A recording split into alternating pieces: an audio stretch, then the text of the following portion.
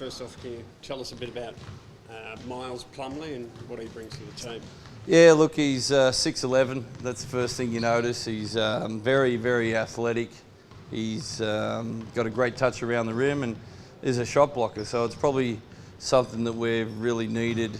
We were lucky he came available at such short notice and jumped on a plane and got here as soon as he could. So, yeah, it's been a busy couple of days and he's going to bring a lot to us. Do you feel you're closer to a championship now with him as opposed to having Dario on the team? I suppose you get some right pieces and now we've got to fit them together. It doesn't mean you got talent you're going to win a championship. It's how we play together is going to win a championship, and we've been big on that in the past. And we probably missed out with losing Angus and Tommy and Greg last year, that physical presence inside, and hopefully Miles takes that void away from us. Did you tell Dario the news yourself, and how hard was that?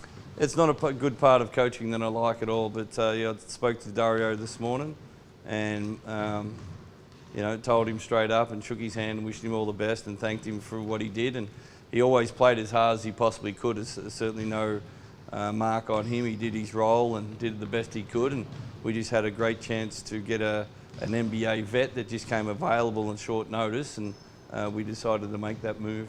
When did you become aware that he was available? Monday.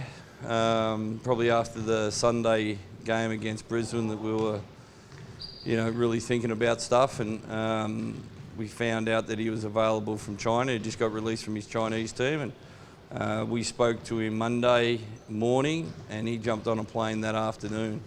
So it was real quick. He got here yesterday. So he came from China? Yeah, straight from Shanghai. So you were on a plane on Monday. It must have been a big day. Really big. Yeah.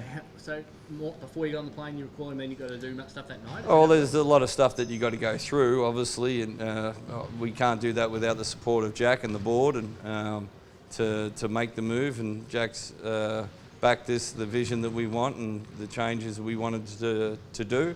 So that takes a little bit of time, but it was pretty quickly. You talk about blending into the team, obviously, NBA vet, a lot of experience under his belt, but given where we are at this stage of the year, confident that you can teach him what the Wildcats brand and get him blending in quickly enough? Yeah, look, he's going to be behind the 8 ball. Obviously, he doesn't know his new teammate's name. Probably doesn't know my name.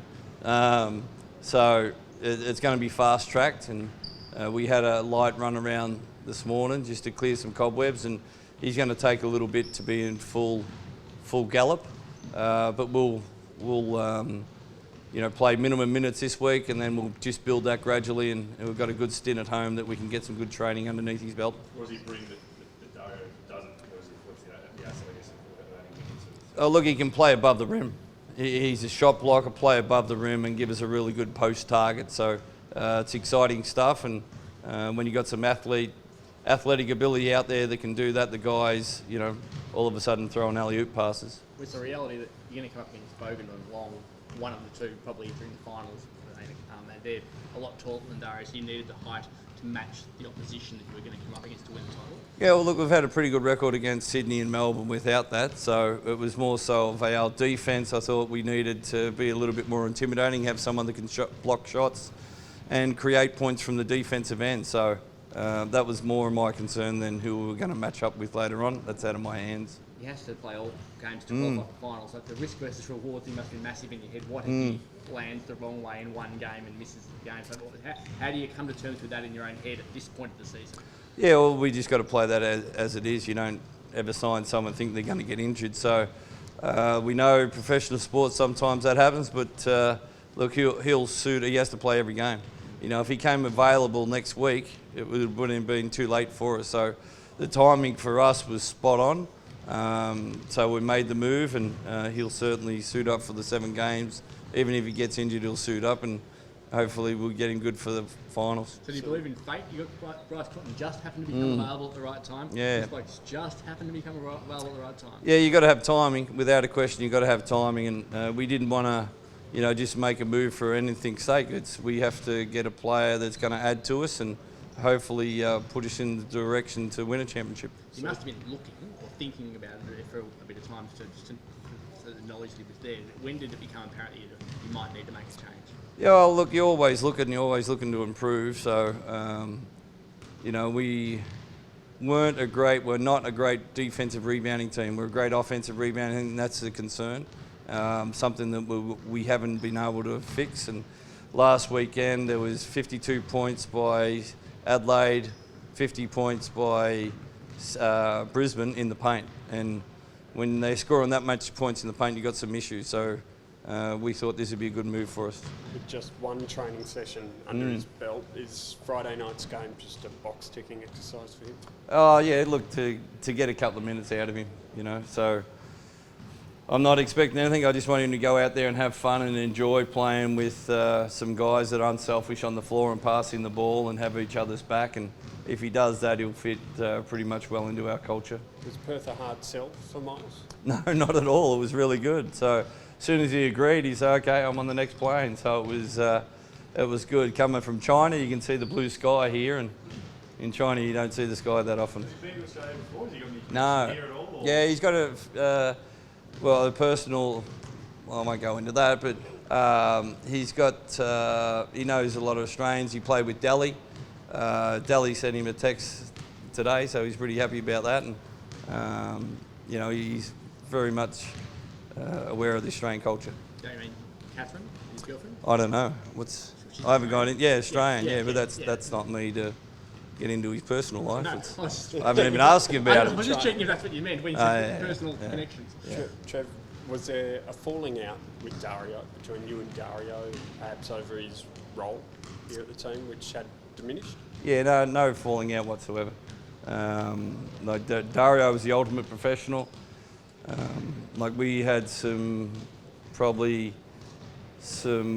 times that we talked together. It wasn't really clear what he needed, and I probably handled it a little bit shorter than I should have. But he was the ultimate professional. Played this last weekend, the last two games. He was probably one of our best players in the losing game. So he was, that's a credit to his profession. But I'll see that tomorrow. We won't see you. Oh, sorry, Friday. We won't see you tomorrow. Now. Right. Well, I'll be there at 7:30 if you want to get up there early. Yeah. What's it going to take to get back on the winning list? Yeah, we've got to be a lot more aggressive than we did the last couple of games. We were very passive, came out flat, and I don't know if that was, we haven't got Damo out there playing that really is the instigator and inspirational out there, but we got to be a lot more aggressive and a lot more urgency on the floor. And, we only got one game a week, so there's no excuse that we don't come out with that high intensity.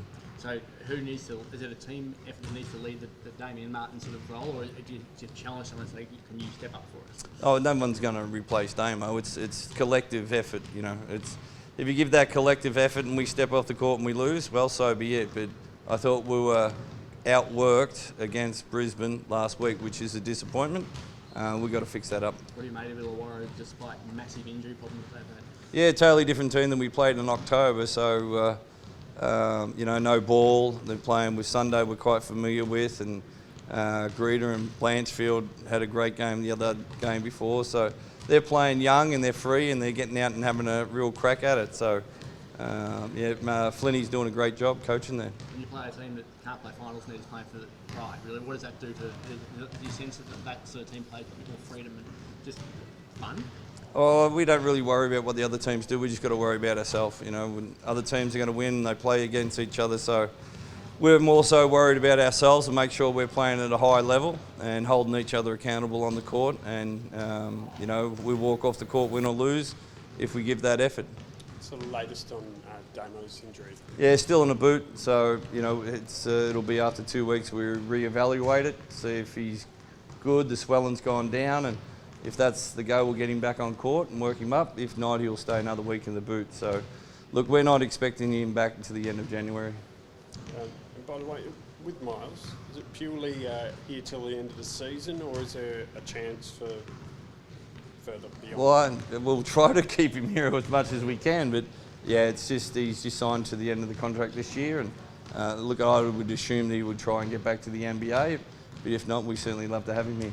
Is there a story behind who told you he was available? Is it one of those background where someone you know who knows someone who rings you or something like that, or is it just everyone knew? No, look, he we're always on who's available, who gets cut, and Corey Webster went over there and he was playing with Brian Gorgin's team, so I got in touch with Gorge and found out what's he like, and he gave him the double thumbs up, so if Gorgin gives the thumbs up, that's pretty good for me. All right. Thank you. Thanks, guys. Cheers.